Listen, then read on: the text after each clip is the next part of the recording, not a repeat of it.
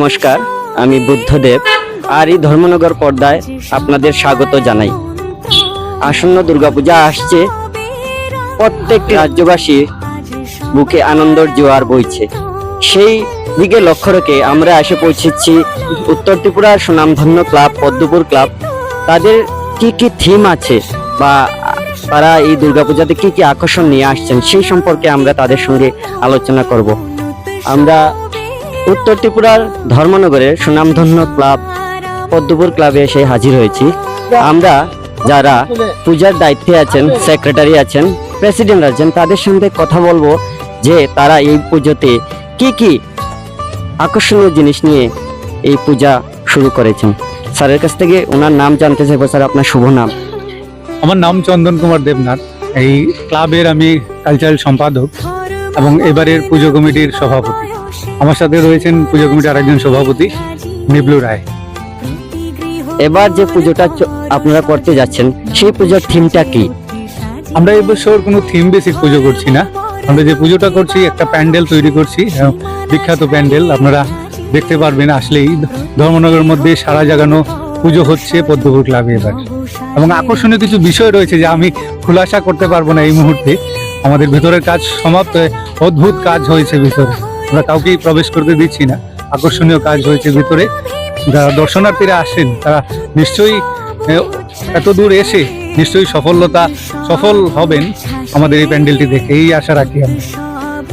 আপনাদের এই পুজোর বাজেট কত? আমাদের এবছরের বাজেট 20 লক্ষ টাকা। যারা যারা দর্শনার্থী আসবেন তাদের জন্য আপনারা কি সুযোগ সুবিধা রেখেছেন? দেখুন, আমরা প্রতি বছরই দর্শনার্থীদের জন্য বসার জায়গা করে দিই এবং ফার্স্ট এইড বক্স থেকে শুরু করে দর্শনার্থীদের যাতে কোনো রকম অসুবিধা না হয় এবং প্রতিবন্ধী যারা রয়েছে তাদের বিশেষ সুযোগ করে দিই। আমরা প্রতিবারই দর্শনার্থীদের ভিড়ের মধ্যে তাদের বিশেষ দর্শনের মাতৃ প্রতিমা দর্শনের জন্য আমরা বিশেষ সুযোগ সুবিধা করে দিচ্ছি। তাদের এই দুর্গাপূজা রাজ্যবাসীকে আপনারা কি বার্তা দিতে চাইবেন পদ্মপুর ক্লাব থেকে? আমরা পদ্মপুর ক্লাব একটি অদ্বিতীয় ক্লাব ধর্মনগরের মধ্যে, এবং এই উপলক্ষে গত কিছুদিন আগে ত্রিপুরার মধ্যে ভয়াবহ বন্যা হয়েছিল। আমরা এই উপলক্ষে কিছু সাহায্য সহযোগিতা করতে যাচ্ছি সরকারকে। আমাদের পুজো ফান্ড থেকেই এই সাহায্য সহযোগিতা করা হবে। সেই সাথে এলাকার দুস্থদের মধ্যে যারা অত্যন্ত বিপিএলভুক্ত শ্রেণী রয়েছে তাদেরকে আমরা বস্ত্র বিতরণ করছি। এবারও প্রতিবারই করে থাকি, এবার একটু বৃহৎ আকারে করতে যাচ্ছি। আপনাদের যে প্যান্ডেলটা তৈরি হচ্ছে এটা কি লোকাল কারিগর না বাইরের থেকে এসে?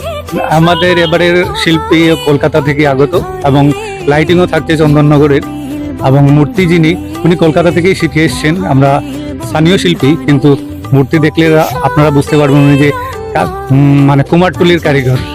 ঠিক আছে, ধন্যবাদ স্যার। আমরা প্রেসিডেন্টের সাথে কথা বলে নিলাম। ওনাদের যথেষ্ট পরিমাণ সাহায্য করে যাচ্ছেন যে পূজা সুষ্ঠু সফল হোক। এবং আমি আমাদের যারা ভিউয়ার আছে তাদেরকে বলছি যে আমাদের পাশে থাকুন, সঙ্গে থাকুন। আগামী দিন আরো ভালো ভালো প্যান্ডেলের পরিদর্শন আপনাদের করাবো।